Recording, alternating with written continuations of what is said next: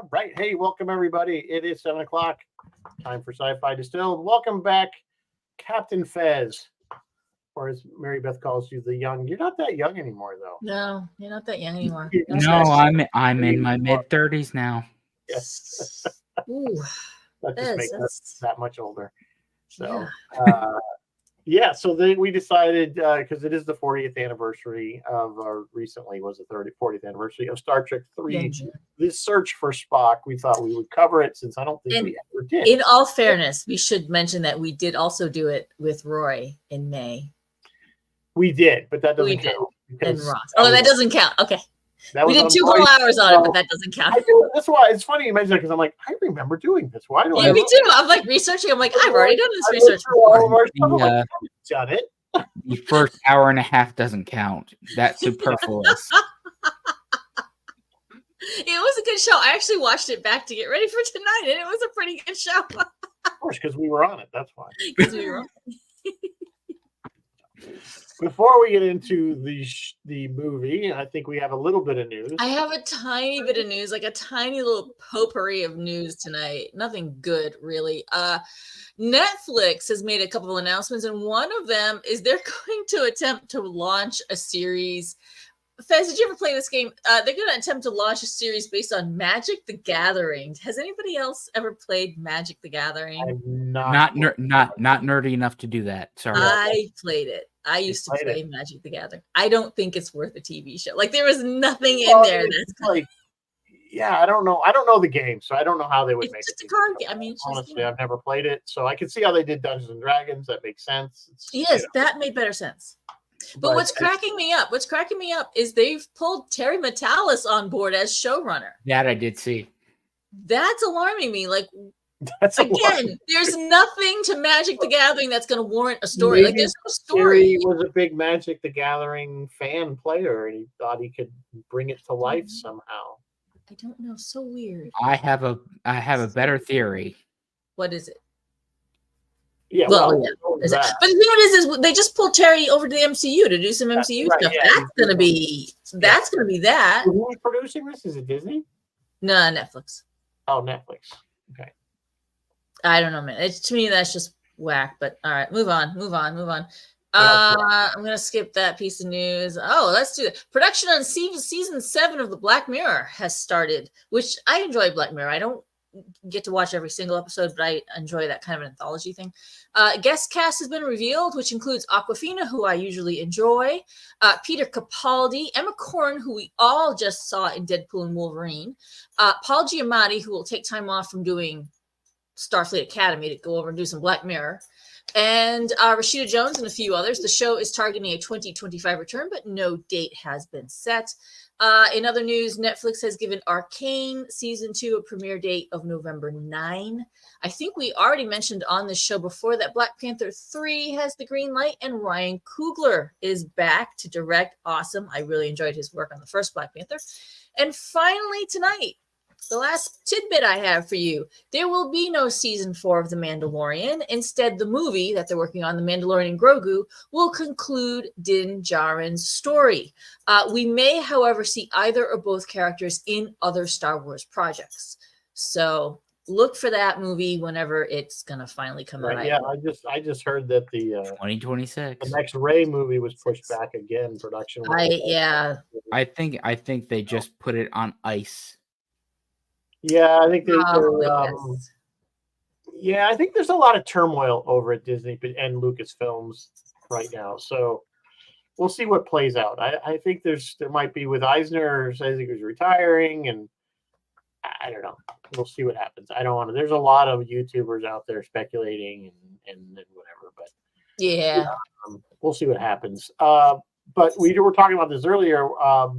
The Penguin did drop on HBO Max. Yes. I did watch that first episode, and I thought it was pretty good. Colin Farrell playing the Penguin. You will not recognize him. They say it's one of these things where it takes like all day to put his makeup on. So he does not look like a penguin, at least not at this point. And this is other than he's got a limp. And this is a short, limited series, or what is it? Like a limited run? It's 8 episodes. Yeah, I think they're just going to do a run of it. I don't know, but if it's good, run with it. But so to speak. So my thing is, but we'll see. I mean, Check it out. I first like episode. I Colin think it's worth giving a shot. I usually like the penguin, kinda, but it gets a little grody. Is this gonna be one of these Not the ultra Burgess gross Meredith out? penguin. It's not the Danny DeVito penguin. That's exactly what I was about to say. I was like, I can't do it if it's another Danny DeVito penguin. It's I can't. not like either one of those. That was disgusting. At least so far, it's only one episode. I can't really judge it. So at this point, what I saw, I liked. Fair enough. So. All right, well, I'll check it out. So. I'm gonna wait. You know, I'm not gonna check it out. I'm gonna wait until they drop a few episodes and then I can kind of binge it. Yeah, it's one a week right now. Yeah. Yeah, they're all doing that. So I'd rather shotgun my stuff. Oh yeah, what are we drinking tonight? It's called a Genesis. Cardi Gold rum, Luxardo apricot liqueur, some allspice and lemongrass syrup. I guess you would have to make that. Although you might find it in a specialty liquor type place, and some lime juice. And there's our good friend Genesis is Planet Forbidden. Genesis. The Star Trek version of Yoda. Yeah, I don't know about that, but sorta. But the way that's he that bar scene. Anyway, Star Trek has never mastered the bar scene. No, never. No, and this, it's funny. So we'll roll right into it. That particular character screamed so Star Wars to me. Mm-hmm. The whole scene was kind of very Star Wars cantina. Stop the Star Trek movie, turn on Star Wars. Like, it was weird. I mean, it was a nice change that we could see like something other than a Starfleet facility. You know what I'm saying? At this point, you know what I'm saying? We always see the ship and the base and everything, but we don't see like regular life in that universe. But they pulled a little too much from Star Wars, in my opinion, on that scene. Star Trek was okay when they had Minuet. Remember when Riker would go to the bar and Minuet would be there? That was fine. But the time Riker went to the bar and wasn't there like a lady with like 6 boobs playing piano or something? Like it was just there was never. They do not do well with creature bars at all. No. Well, they had 10 Forward, which wasn't a creature bar. Yeah, that's true. That was pretty. That was about their best bar. Starfleet encapsulated type thing. So I don't know. Yeah, I guess we're just not used to seeing too bizarre an alien in Star Trek, because we're used to them always being humanoid like, not. If there's puppetry involved, it just Of course, this guy had like, I don't know if they were feathers or like spider legs or what those things, like they were very wispy. So, anyway, we digress because we're like jumping ahead. Hi, Bill. Hi, Chris LaRoche. And we have Santa Nick for the first time. And Dennis Chevalier is here. Who else is here? Yeah. So anyway, this was the movie that, of course, Leonard Nimoy didn't want to happen. Oh, yeah. So this whole story, there's like this whole backstory with this movie. Right. There's a lot. There's quite a bit. I mean, feel free to flesh it out. But basically, they when Myers did Wrath of Khan, he was like, "That's it. He's dead." And then they stuck that little ending bit in there, where the soft landing of the tube. Just, and then there was the big outrage. The Spock lives. You remember all that? The Spock. Yeah. So Nick Meyer, for reasons that we still are not clear on, genuinely thought that Leonard Nimoy did not want to come back and do it, and Leonard was like, "No, I like doing it. It's okay." But what we talked about, what we were talking about, was that at the end of Wrath of Khan, there's that not Wrath of Khan. Yeah, Wrath of Khan. There's a shot of the coffin landing on the planet, and Nick didn't want to film that. Like, he didn't want to have it or include it. He didn't want it. And somehow he got overridden. The studio overrode that. Yeah, because they knew they're going to have to bring him back. The studio also overrode him on the remember when Spock grabs DeForest's face and says, "Remember." I think that was another little pickup that they shot afterwards, and Nick didn't want to do it. He didn't want to leave that door open for some reason. And I've done this twice now, and I still don't know why. So, Harv Bennett or whoever at the studio, once Leonard expressed wanting to direct 3, said, "Hey, it's in your contract that you were not going to do any more Star Trek." It wasn't, though. And it wasn't. And Leonard said to him, "The contract is in the building you are currently in. Go get it and read it." Do it in his voice. Do it more in his voice. "I have no idea what you're talking about." Harv, the contract. Harv, go get the contract. Read the contract. Read the I think it was Michael Eisner. Yeah, you know what? Those days it was Michael Eisner. Yeah. So, Michael, the contract is in the building you are currently in. Get one of your assistants to go get it and read it. Nowhere in my contract does it say that I am not allowed to direct. And nowhere does it say that I wanted Spock killed. Yeah. See, there was always a rumor that they gave that to Nimoy to get him to do the film, that they gave him the directing and you know that was part of his negotiation for this film, which caused Shatner. This is what the rumor mill. I don't know how much is the fact. Favored Shatner that's saying, "Hey, I want the same deal. If he gets to direct one, I get to direct one," which is how we ended up with Star Trek V, which was bad. Only because of execution and the story. So yeah. All of a sudden, there's a random Spock sibling that we never knew about. Yeah, there's extra. There's two random Spock apparently siblings there's that we two, didn't There's know. multiple siblings out there that we were not aware of. Sybok was. And the other kind of thing that was like, oh, that was disappointing was, Nimoy taking the helm. Everyone figured, oh, it's finally one of us. We understand ourselves the best, like we've been playing these characters for so many years. And so he thought everyone would be delighted that he took the helm. And I think some of the cast were like kind of skeptical. Luckily, he did win them over. He won them over and he did a fantastic job. And he directed the next one too. This was his first film. He had done TV and he did a TJ Oh yeah, he wasn't a total novice. He did one or two TJ Hookers. He had done some stuff, yeah. Which is interesting because you always thought, man, I thought him and Bill always had kind of this adversarial relationship back then. But if he's doing a TJ Hooker, I'm going to guess not. So at least they were getting along. Yeah, they worked together on and off screen way more than we really realized. So I think Leonard, and Bill too, they're professionals. You know what I'm saying? I think when it came down, rubber hit the road, they're going to do the work. They're going to. One would hope. I get that feeling from Bill. As long as you understand that I'm the best and I am the star of the show, we're good. Well, he was the star of the show. He was the star, yeah. I'm always the star, even when I'm not the star. Even when I'm not especially then. But anyway, so we did get the film. And of course, it takes place directly after Wrath of Khan. Yes. Months after. We get the great scene of it coming into space dock at Enterprise. And Grace Lee Whitney.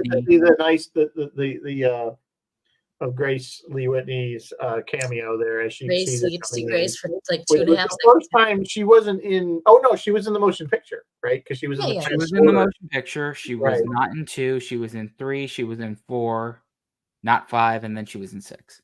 Yeah. Okay. So she had a pretty good run. Yep. So and a different rank every time. Well, she should be. No. I think she was an ensign. Then in this one, she's a lieutenant commander. Then she goes back down to crewman in 4, and then commander in 6. Why did she get demoted? Don't ask. That sounds like that was just a production error. That sounds like there's multiple production errors. Crewman. She was always an officer. There were all kinds of none of these people ever actually watched the show. Do you ever actually see the show? Ever watch the show? The writers had to do a tap dance around the whole Genesis thing. And you notice we only brought David back. We didn't bring Carol back. Why? Tap dancing. Why? Because because Genesis was a really handy, awesome thing in Wrath of Khan. And now they needed to make it the MacGuffin, right? They needed to make it the thing that's going to destroy it, blow up so everyone dies. They needed friends, it is a TV show. It used a MacGuffin. It always uses a MacGuffin, even in my movie. Yeah, well, yeah. So no Carol. She was hurt at that. We got David back for 2.5 seconds. Then we got rid of David real quick because who needs David? Well, Klingon bastards killed my son. There was controversy when they were shooting this, whether it was going to be Savick or David that was going to be killed. They were kind of deciding which one would die, and then it kind of made sense that David was the one because David was the one that screwed up and used the protomatter, whatever that is. Yeah, it did make sense, but here's the thing is, and I talked about this on Roy's show. brought David back only to kill him off. And the thing of it is we saw David die, and we also saw the Enterprise blow up in this movie. Well, the between Enterprise two of them, dying was a direct trade-off for getting Spock back. I suppose. We got Between life, the two of them, but you had to pay a price for it. Yes, For the most of us- Enterprise. for most of us, seeing the Enterprise get blown up was a bigger gut punch than David dying. And here Oh, we've got absolutely. Shatner acting his little heart out.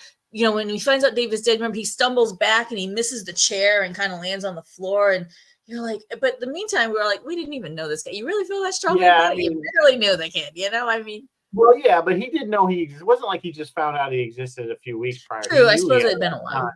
Well, So, in the comic he books, stayed away. He said he stayed away. So I could understand. Well, with Shatner, his acting. I mean, it's just kind of usually goes over the top a little bit. in the comic books, specifically the one that was written by DC Fontana, she made it canon that Kirk knew that of David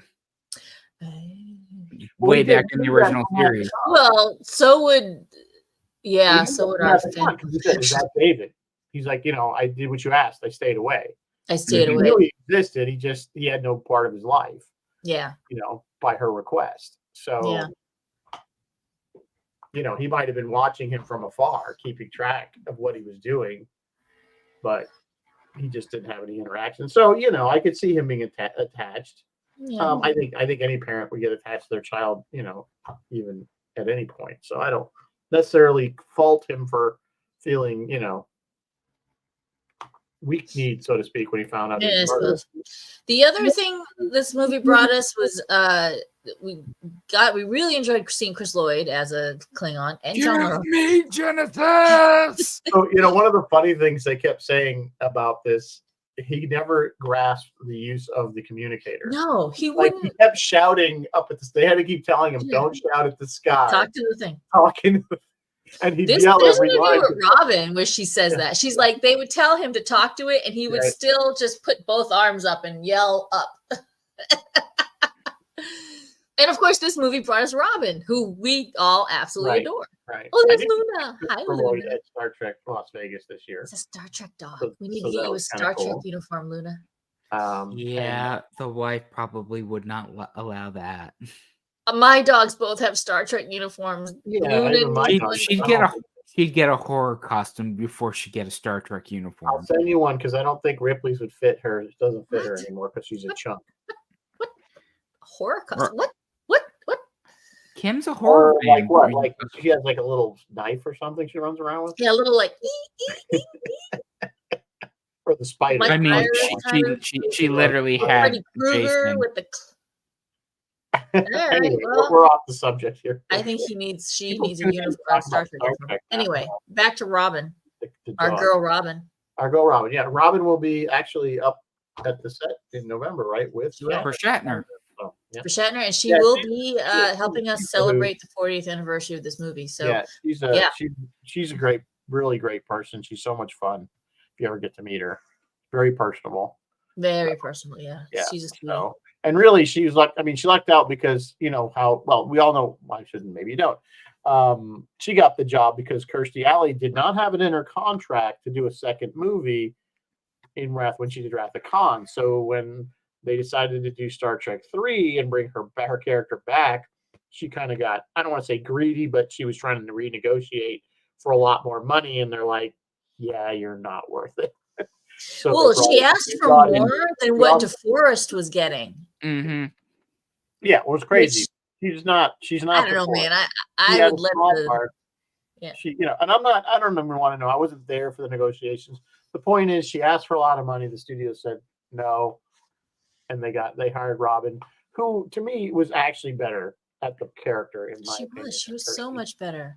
She was so much better. I Hi, was more John. believable Um, in that role. But Robin played it straight Vulcan. Kirstie played it half Vulcan, half Romulan, so she always kind of had more emotional. So that's what I think.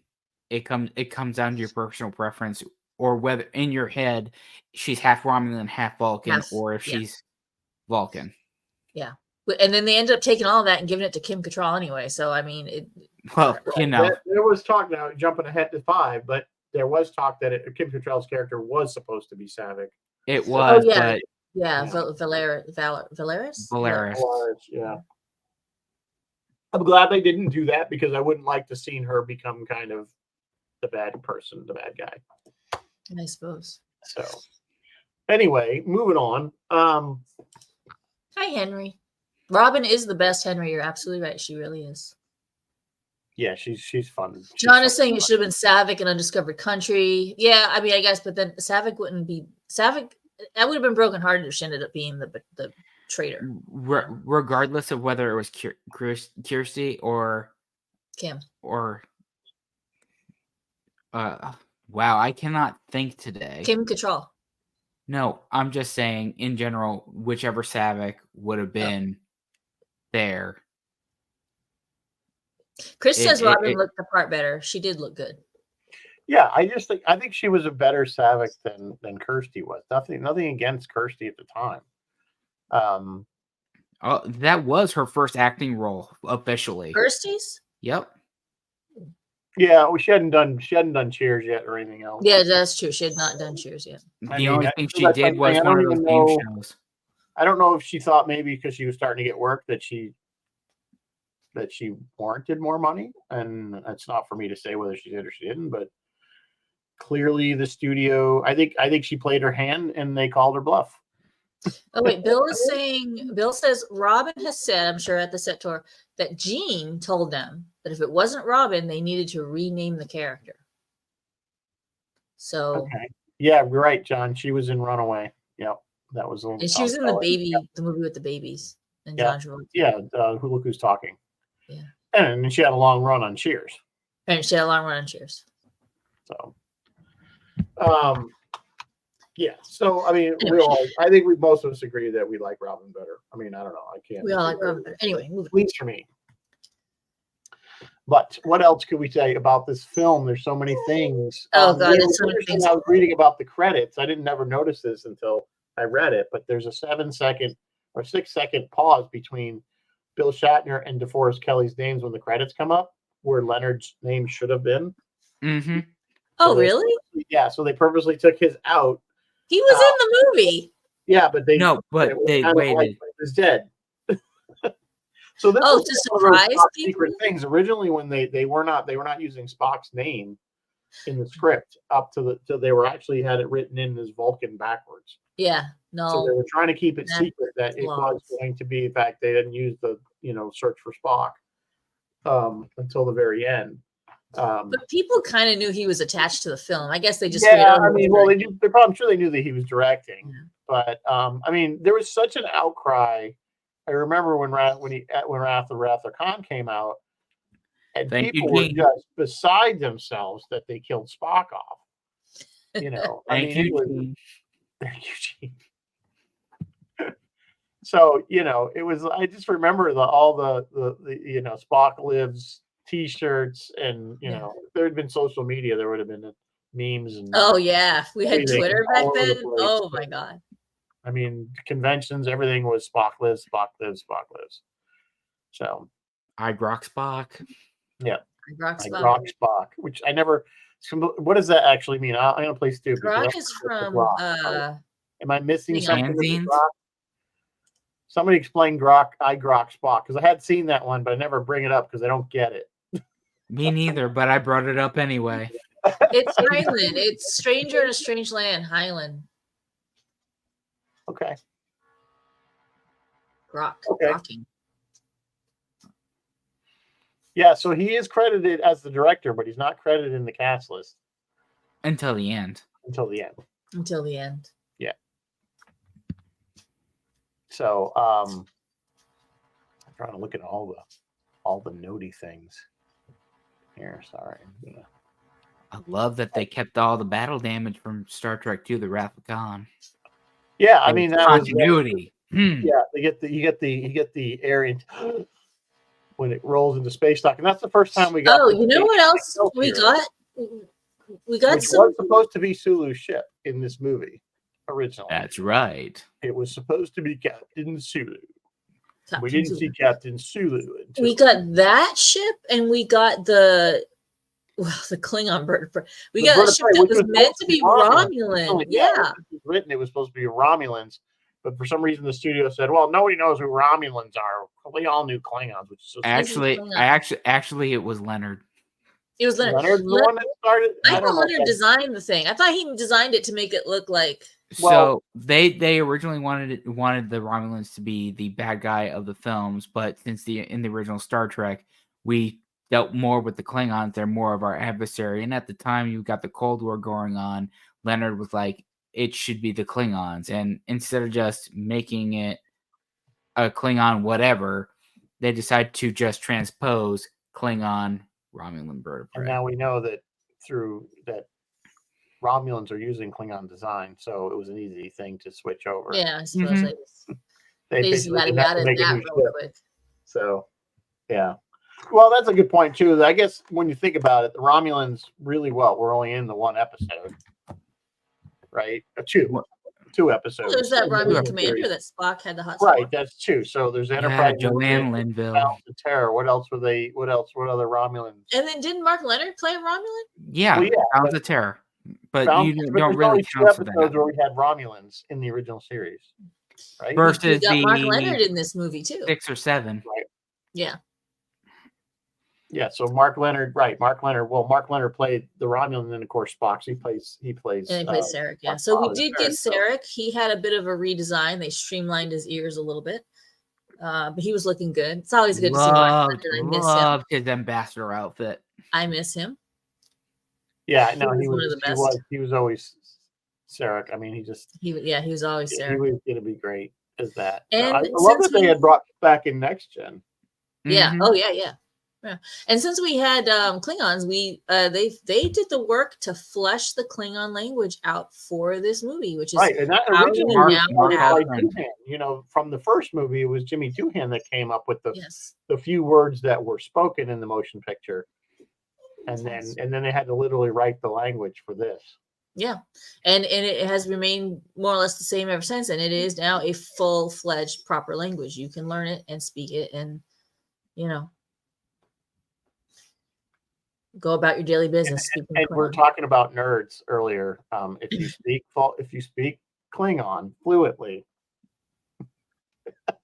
Why are you looking at me? Well, I mean, weren't you going to do your vows to your wedding? No.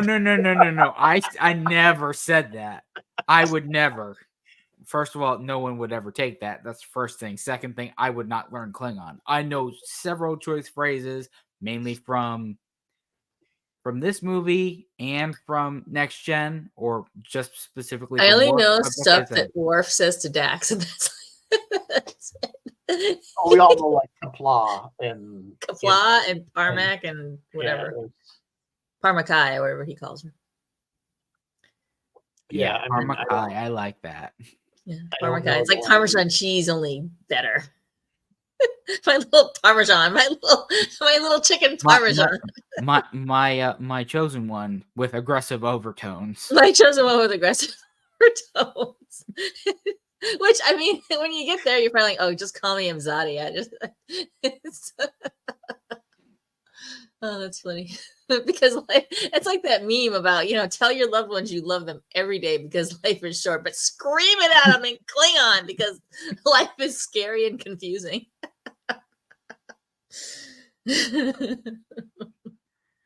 But I'm going to go back to something you said earlier. Yes. The death of the Enterprise, probably the most impactful besides the death of Spock. And I remember when I actually saw this movie, I was about 7 or 8 years old. Because I remember watching Next Gen and then getting into the original series. And I actually had that VHS box set of 1 through 6. I still have it too. That, if you put them side by side, it creates that movie poster thing with the ship. Oh yeah. Yeah, I remember that. Yeah. That was a thing back then for this. Yeah, it was a thing. Yeah, to make us a triptych or whatever it's called. Yeah, the thing with the ship. I don't know. When I saw it, I don't know if I had a very guttural reaction to it. I think most people found that to be the emotional point of the movie, not David dying, and maybe not Oh, I Spock coming back. agree Maybe with they were that. happy Spock came David, back, but David was not. yeah, I look at it. I think to me the biggest emotional part is at the very end when when he's like when Jim, he comes out and he's a Yeah. Jim. Your name is Your Jim. name is Jim. And you're kind of like, oh my god, he's going to be So, back. yeah. I look at it like this. So we didn't really know David, so we don't have that emotional connection. And yes, I love the stutter back by Shatner, and that's how a dad should react. Mm. And I feel like he was more solemn and knew that this was what he had to do when the Enterprise was destroyed. But that was his love. Well, I mean, there's the you're looking. He's looking at it with a forlorning. Yeah. Well, he says, "My God, Bones, what have I done? If you do what you always do, you turn death into a fighting chance." Yeah. And I'll also just add to this conversation that shot of it when it just looks like a meteor, it's burning and it's just shooting through the atmosphere. That's like the best special effects shot in the entire movie. The other special effects shots, I gotta say, have not aged well. They're not looking that good. But that effect, them watching the Enterprise burn through the atmosphere, that is a great shot. That is still a really good shot. And I said this on Roy's show. I did have issues even back then with that whole. I mean, this thing is supposed to be the self-destruct, right? And all it does is blow the front off the saucer. The rest of the ship was still there. Had it not been in the gravity well, it would have just sat there. And most of the ship would have still been. And also, they didn't have the idea. They did not yet have the idea of separating the saucer section yet either, so they couldn't. Actually, I will stop you there. In the storyboards for the motion picture, they actually have the Klingons coming back and shooting the star drive section of the Enterprise, and they do an emergency saucer set. Oh, so that idea has been floating around for a while. Yes, since 1979. They got it all the way from, I think it was from the Apple, the episode where he says to Scotty, I don't care if you need to crack out with the main section, but get that ship out of there. Get that ship out of there. So there was this implication that somehow they could separate themselves from the secondary hull and get the saucer where most of the people are out. So, and of course they just took that with Next Gen. We saw it in the pilot, them do that, and then only used 2 more times after that. And then never used again. Because it was dumb. It's a plot. It's a plot. The whole point. Just talk about that for a second. The whole point in Next Gen was like, oh, you got all these families, so you get all the families, get the kids out, the saucer section, and they can be safe. And then this primary or secondary hull with all the power and the weapons can fight and stay. And I'm like, what solved that problem? If you just didn't have the stupid families on there in the first place. Right? And they solved that with the E. And they solved that with the E. Phil is saying, you Klingon bastards, you killed my Enterprise instead of you killed my son. Chris is saying it was the film's gut punch. It was the film's gut punch, I think. That's why everyone stood up cheering when we saw the Enterprise A at the end of 4. I guess, yeah, we probably did. Henry agrees with that. Well, I was counting on Excelsior. Yeah. Well, pregnant. That's pregnant Starship, right? Yeah. Yeah, it was. Nobody liked the Excel. I mean, I can say nobody. I didn't care. Big round belly. I did not care for the. I did not. We saw the Next Gen as the Enterprise B. Hi, Martin. The Generations. It became the Enterprise B. It'll be installed on Tuesday. Don't tell me Tuesday. Tuesday. It'll be installed on Tuesday. That was what's his name? That was that paramedic there, Alan Rudd. Alan Rudd. That was so perfect for him. He was a perfect person with those lines, like Tuesday. That was like probably the best part of that. One of the best parts. How big is your medical staff? The medical staff. Who won't ride till Tuesday? Good at detail now. You've just become nurses. Let's go. So, but anyway, yeah, it was just Tuesday. But yeah, the Excelsior. There was another ship that was actually in the background that was going to be the Excelsior. But they always they just stuck it in there. They never did anything with it. Yeah, they stuck and they just used it. Yeah, they used it as space debris or busted up ships. Yeah, space debris. Something else. So we like space debris. Yes. Who doesn't love some good debris? I like a debris. So, What else can we say? What else about Well, this? let's talk about our Klingons. I talked about this a little bit on Roy's show. We had John LaRoquette, who we didn't really know from Night Court that well yet. I guess maybe we did a little bit. But we had Chris Lloyd. Now, most people knew Chris Lloyd from Taxi at this stage of the game, I believe. Right. He hasn't done, I don't think he did Back to the Future. Back to the Future was after this movie. It was after this, yes. It It's was, 1984. Right, yeah. So the thing about our Christopher Lloyd is he did a fantastic, he's chewing scenery left and right. But he did a fantastic job with what he was giving. And I would, if I was going to criticize, I would criticize the writing for his character. His character is so there's no depth, there's no complexity. He's very single-minded. He's very single-minded, and there's no. Well, they were going to get Edward James Olmos for this character. That would not have been a good choice. I mean, no. Edward James Olmos would have been pretty much awesome. why they swapped it out, is they wanted somebody a little bit more. He was too flamboyant, if that's the right word, or he was too short. They wanted someone taller than Shatner. He was they wanted somebody taller than Shatner. Is that what you? Yes. That's not hard to do. I suppose that's true too.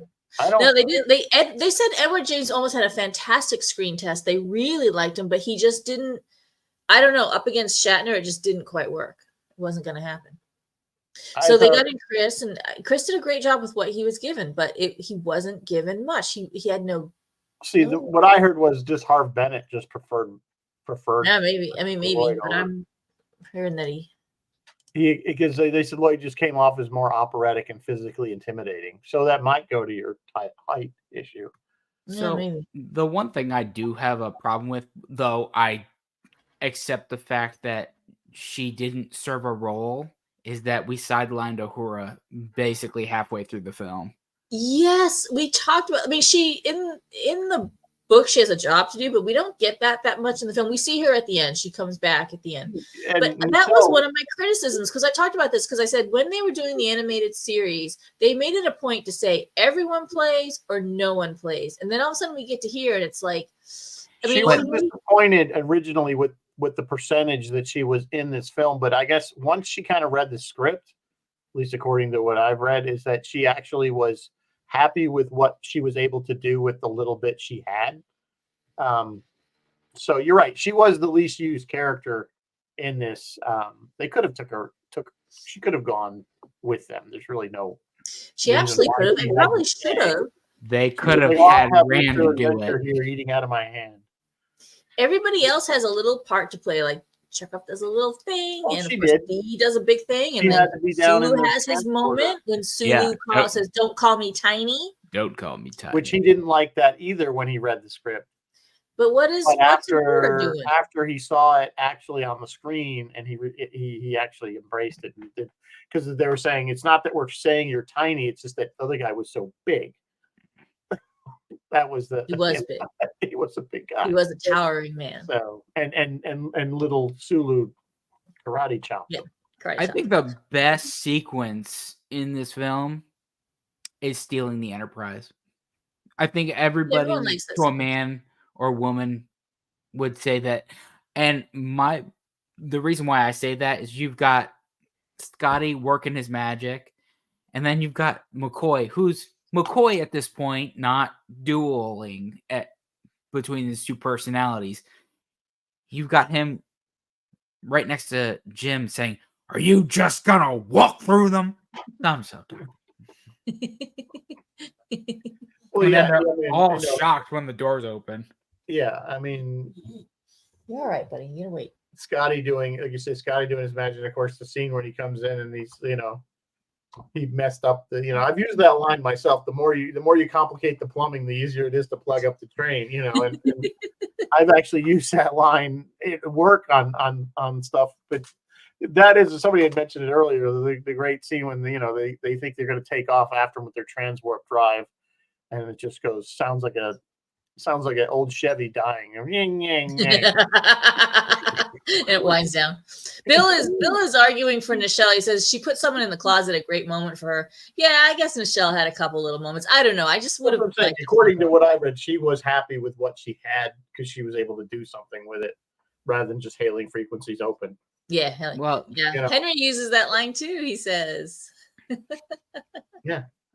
I mean, I know we're all big Star Trek fans, but has anybody ever not clocked that the turbolift computer voice was Leonard Nimoy, Spock, was it him? and the Yeah, it was. Excelsior? Why wasn't it his voice. Magil? Had we not established that Magil is the voice of all at that point? Yeah, but no, Nimoy, he's right. Nimoy is the voice of the turbo lift. When Scotty says "up your shaft," and like that was Level, please. Yeah, that was on Excelsior. So, and he goes up your shaft. We haven't established that the first lady of Trek was the voice of everything. She's the voice of everything. She She is was. God. She's the He was God. he was every single computer practically. So that they had. But well, Doohan did a ton of voices on not only the anime, but he did the anime series, but also on the original series, he did a lot of the computer voices and stuff of the alien stuff. He was actually Sargon's voice. Yeah. In Return to Tomorrow. Risk. Jimmy was talented that way. He was very talented with the voices. Because obviously he's not Scottish. So. No, he is not. He's not. No, he's not. So we go through some of the other cast members that are notable. We already talked about Robin. Of course, we know the main crew that we don't really need to go through them. John Larroquette, John Larroquette, last person I'd ever cast as a Klingon. Also, Boston Legal. Yeah. Oh, was John Larroquette on Boston Legal? Last 2 seasons. Was he on with Carl Sack?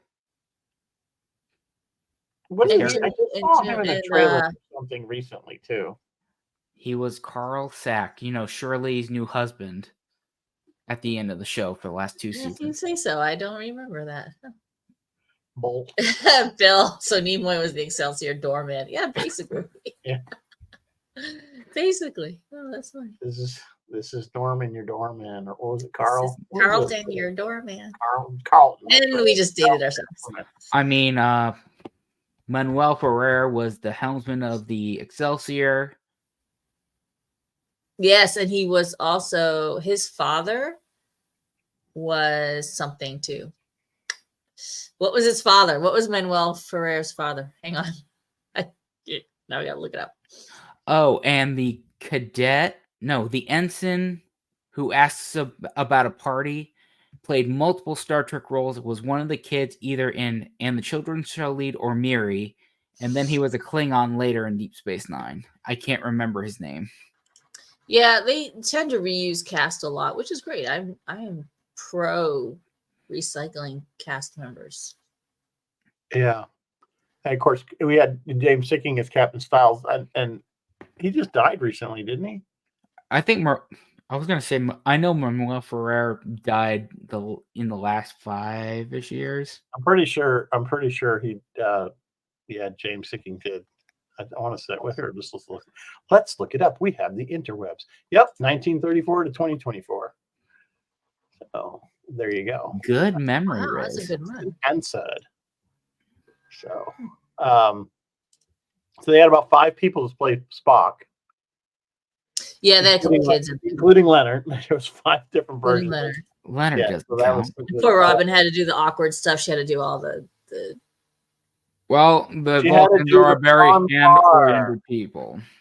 I'm surprised it's interesting that they went there in some ways, but really interesting. But I mean, but wait a minute, doesn't he have to go through Pon Farr as he ages?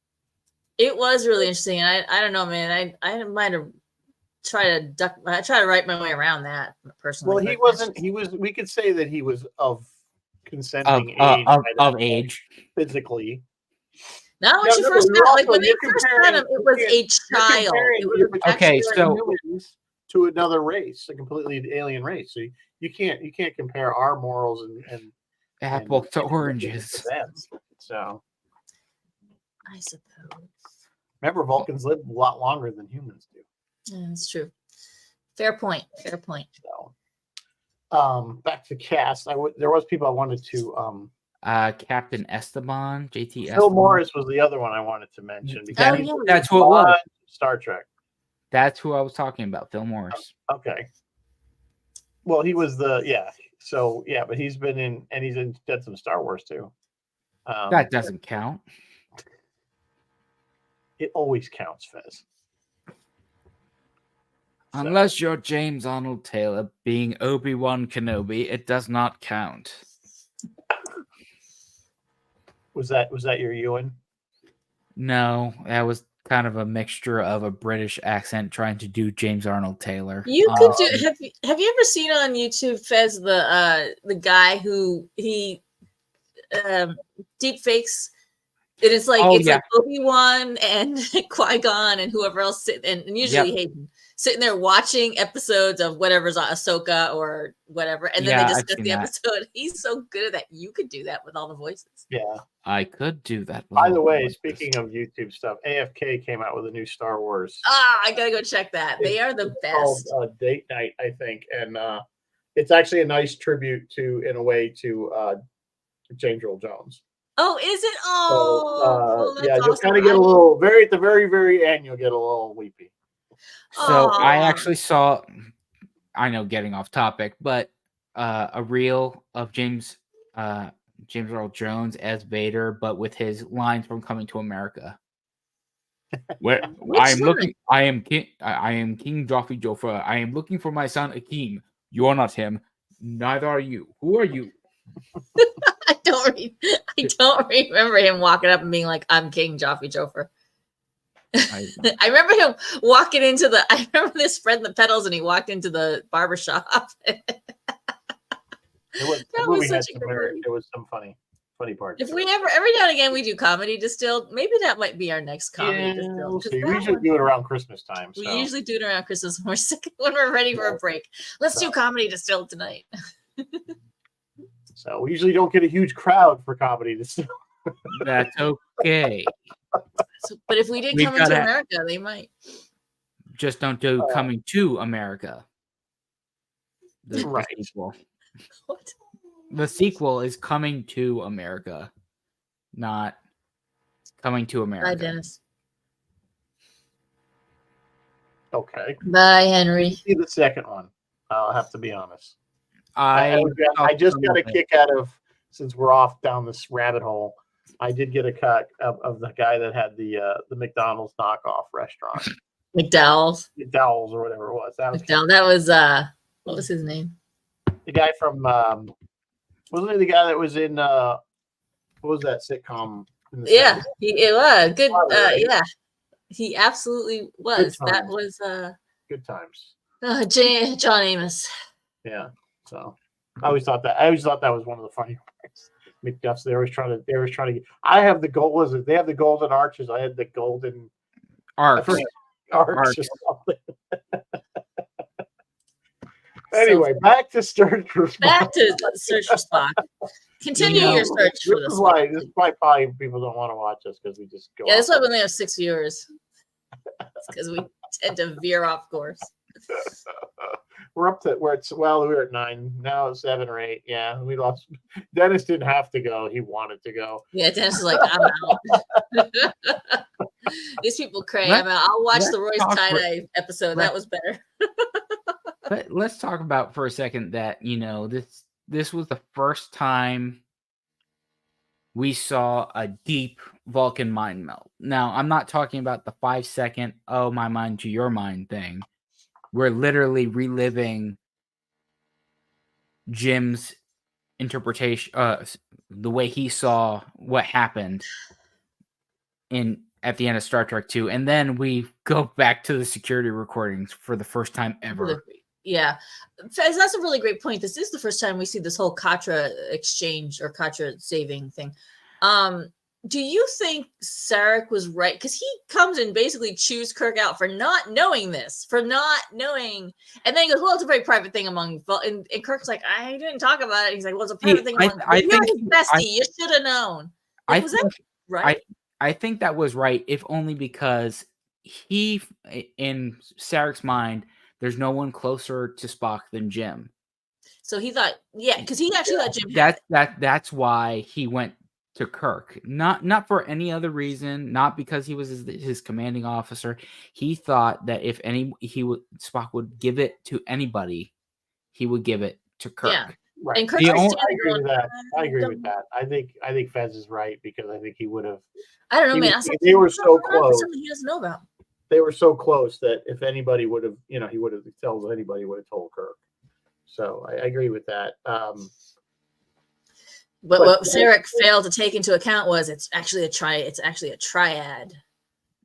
Well, I mean, no, I don't think it was Spock's first choice to use. No, but he was there, like at the moment when he went in to do it. He had no choice. He was the only one there. Would you really have chosen Scotty? Yeah, he could have chosen Scotty. But he wasn't. I think he was closer. It's the trio thing. Again, you have that holy grail thing going on. No wonder poor. Whatever you call it. So, but just like you were alluding to the Katra thing, and I'm gonna bring Rizzo's favorite show into this. Enterprise.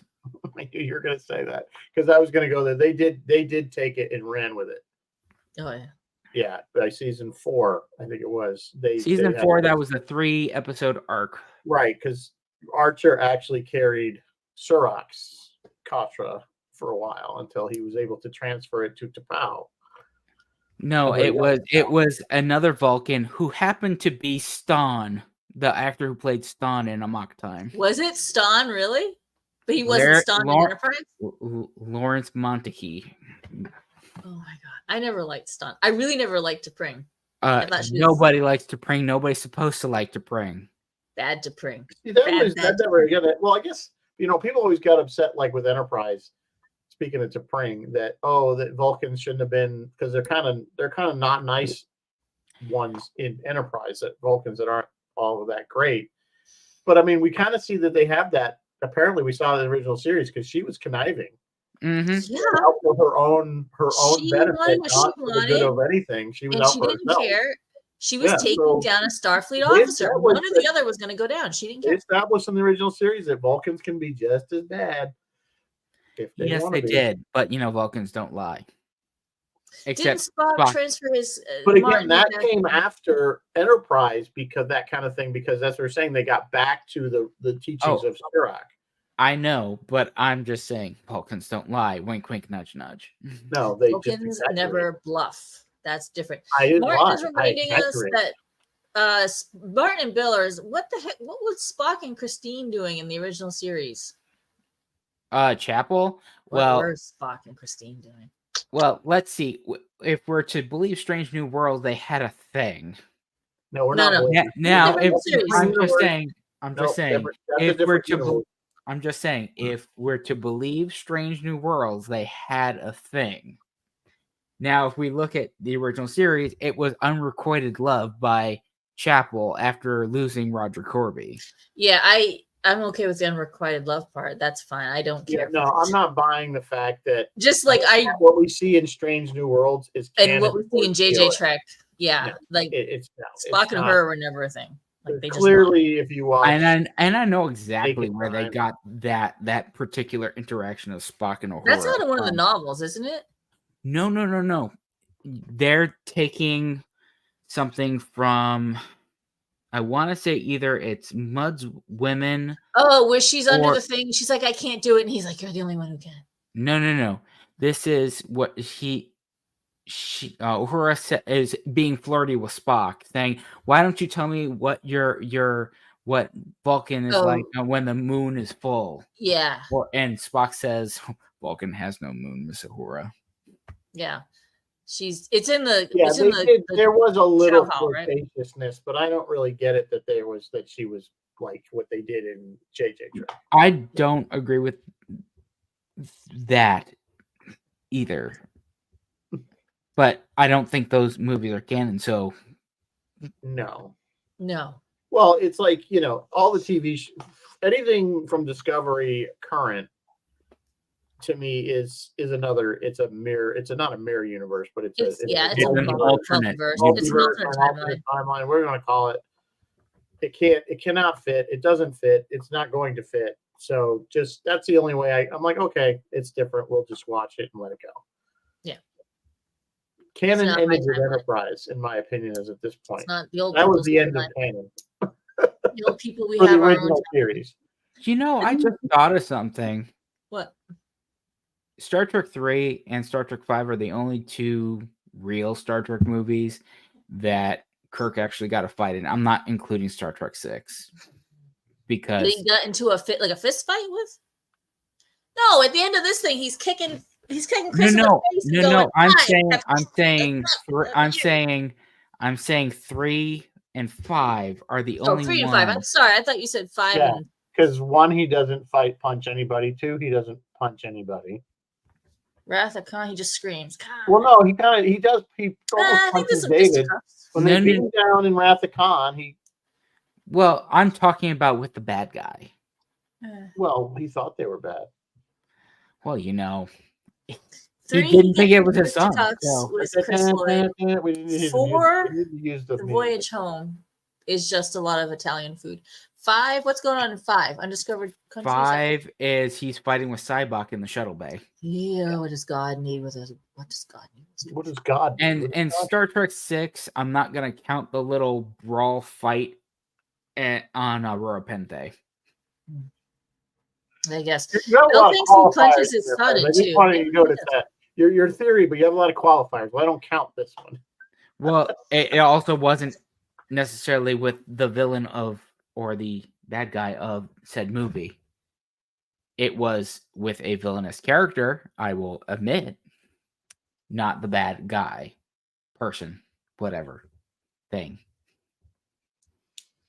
So it's interesting because at the end of this movie, Kirk doesn't have a very Kirk, because he tries to save crew when he's hanging off the edge of this giant cliff.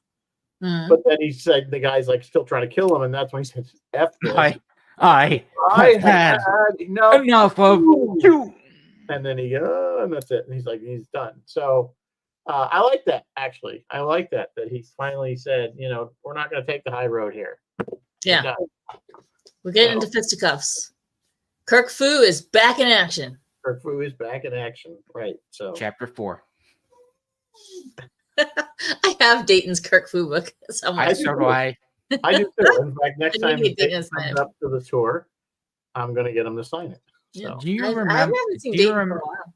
Do you remember way back when Brian Gross first came? Or you weren't there at that point. It was the year before. I made a book. It said Kirk Fu, the art of being Captain Kirk for Brian Gross. Oh, really? I did. And you gave it to him? I did. Well, now you can give him Dayton's Kirk Fu. I could, but then my writing would be overshadowed by Dayton's, and I don't want that. A little bit. Just a little bit. Yeah, Chris is reminding us that Kirk beats up Malcolm Down. Yeah, that was after though. That's Generations. That doesn't count. That's a next gen movie. That's a next gen movie. Can't count that. Yeah, can't count that one. So, all right. Well, it's 8:00 already. So, wrapping this up.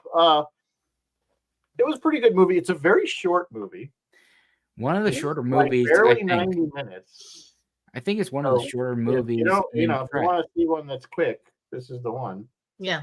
You're in, you're out. You're do I like it better than Wrath of Khan? No, I like Wrath of Khan better. Of course. Well, Wrath of Khan is still the best Star Trek movie ever. Yeah. Unless you're Doc. Yeah, if you're Doc, it's the motion picture. Then followed by. We're not talking about Doc Alexander. We're talking about Darren. Yeah. Yeah.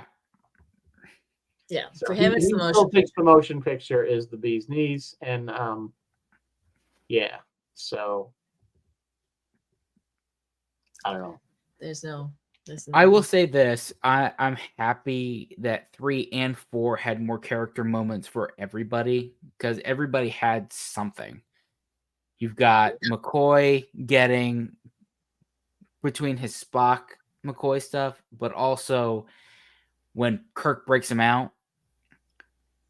How many fingers am I holding up? That's not very damn funny.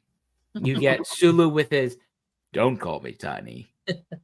But I think the big thing for me in this, not only with our ending with Spock and Jim, is when we're stealing the Enterprise and we're getting the, hey, McCoy and I have to do this, the rest of you do not. And we're getting this affirmative action. Admiral, we're losing precious time. Well, of course, please, Admiral. Yeah, they all want to go. Because they're a team. which, of They're course, a fam jam. Yeah, there was, of course, no question that they were all. There's no question that they wouldn't all go. They're in it. That they'd already stolen the Enterprise at that point. They're already in it deep. So in for a penny. The original crew and the next gen crew are the only crews that I really see them sticking out for each other. Quite honestly, because when you get to Deep Space Nine, I'm not counting Enterprise, Riz, especially because Trip is dead. No, he's not. If you read the novels, he's not dead. Is it on screen? It's not canon. Well, there's no screen after that. You're right, but they did bring him back in the novelizations. He was taken by basically 6 and 31 to be made into a undercover spy to go to Romulus. So, fascinating. So they're saying that Section 31 knew all about Romulans and what they look like and the Vulcan connection. If you read any of those books in Enterprise, they're actually pretty good. So I will say, okay. On that note, Phil has prog rock queen Amy. I'll do Phil, then I'll do Roy. Phil has progressive rock queen Amy Henslin. A big interview with her Friday night. Tomorrow he'll be on the Bill McNulty show talking politics. And not tomorrow, but on Sunday, September 29th, Roy will have Conan the Barbarian, which is one of the funner Arnold movies. I thought you were going to say Conan O'Brien. No. Roy's not good, but he's not that good. Yeah, can't get Conan the Barbarian. He and Ross will review and discuss. And we are now, so this is our last week of September, which means we are now moving in October, and it will be Halloween month for us. Halloween month, so give us creepy and crawly and scary all month long, guys.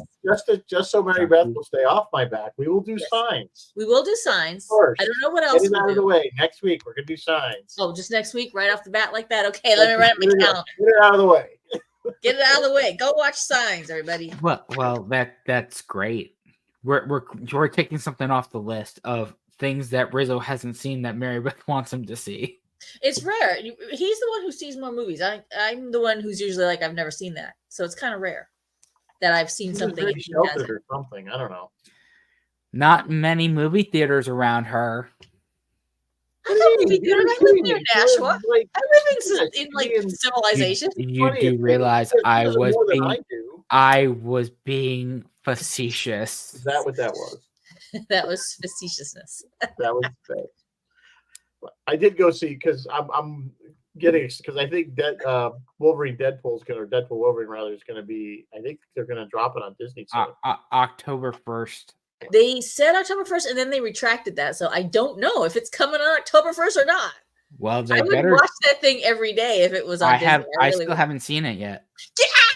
Go! Oh my God, are you kidding me? It's not my fault, though. Just go. How is it not your fault?